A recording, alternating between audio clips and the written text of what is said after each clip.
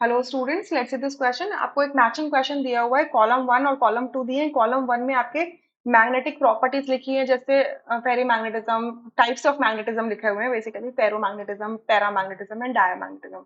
और column to में उनके रिस्पेक्टिव एग्जांपल्स दिए हुए हैं, तो आपको करेक्ट एग्जांपल्स मैच करने हैं। क्लियर? सो यहाँ पे चार टाइप के मैग्नेटिज्म दिए हुए हैं। फेरी मैग्नेटिज्म क्या होता है? एक ऐसा मैग्नेटिज्म होता है जिसमें आपके जो मेटल आयंस होते हैं, सॉलिड स्टेट में जो मेटल आयंस होते हैं, वो क्या करते हैं, ग्रुप कर लेते हैं। ठीक है, ग्रुप करके वो एक डोमेन क्रिएट करते हैं। ठीक है, तो अब ये जो डोमेन होता है, जब इस डोमेन्स, काफी सारे डोमेन्स बन जाते हैं, तो जब इस फेरी मैग्नेटिक सब्सटेंस को आप एक्सटर्नल मैग्नेटिक फील्ड के अंदर डालते हो, तो आपके क्या होते हैं, आपके कुछ डोमेन्स जो होते हैं वो एक्सटर्नल मैग्नेटिक फील्ड की तरफ अलाइन करते हैं। ठीक है, कुछ अगर ये डोमेन्स है तो कुछ एक्सटर्नल मैग्नेटिक फील्ड की तरफ अलाइन करेंगे। ठीक है, और कुछ उसके साथ नॉन अलाइंड रहेंगे। तो अलाइंड और नॉन अलाइंड के जो नंबर्स होते हैं वो अनइक्वल होते हैं। ठीक है, यहाँ पे कितने, चार अलाइंड है, तीन अनअलाइंड है, अगर हमारा ये डायरेक्शन है एक्सटर्नल मैग्नेटिक फील्ड का। ठीक है, B nought external magnetic field represent करता है। तो चार डोमेन तो अलाइंड है, तीन अनअलाइंड है, तो ओवरऑल जो नेट रिजल्ट निकलेगा वो क्या निकलेगा, कि अलाइंड का निकलेगा।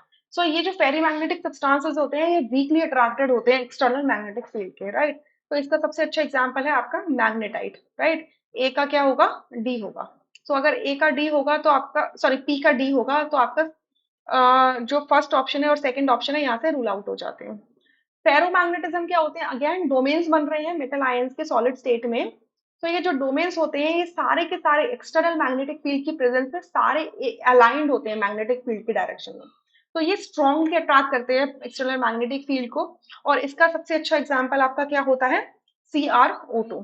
CrO2 इसका एक अच्छा एग्जाम्पल होता है। ठीक है, क्रोमियम डाइऑक्साइड। उसके बाद आपका पैरामैग्नेटिज्म होता है। पैरामैग्नेटिज्म के अंदर अनपेयर्ड इलेक्ट्रॉन्स प्रेजेंट होते हैं, और ये अनपेयर्ड इलेक्ट्रॉन्स क्या करते हैं, एक्सटर्नल मैग्नेटिक फील्ड की डायरेक्शन में अलाइन हो जाते हैं, जिसकी वजह से वीकली अट्रैक्ट कर पाते हैं। ठीक है, इसमें डोमेन का फॉर्मेशन नहीं होता है, ये सब वीकली अट्रैक्ट करते हैं एक्सटर्नल मैग्नेटिक फील्ड की प्रेजेंस में।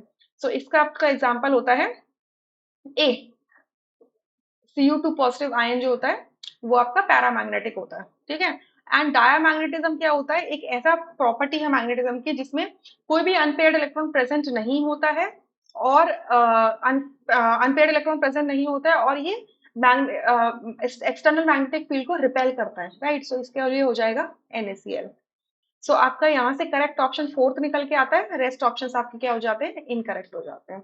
तो आपको इसका रेफरेंस चाहिए तो आप क्या कर सकते हो, एनसीईआरटी जाइए। एनसीईआरटी में page number 29, first part, 12th class की, वहां पर आप इसे जाके देखेंगे तो यहाँ पर आपको इसके बारे में सारी जानकारी दी हुई है। Right, I hope you understood this question. Thank you.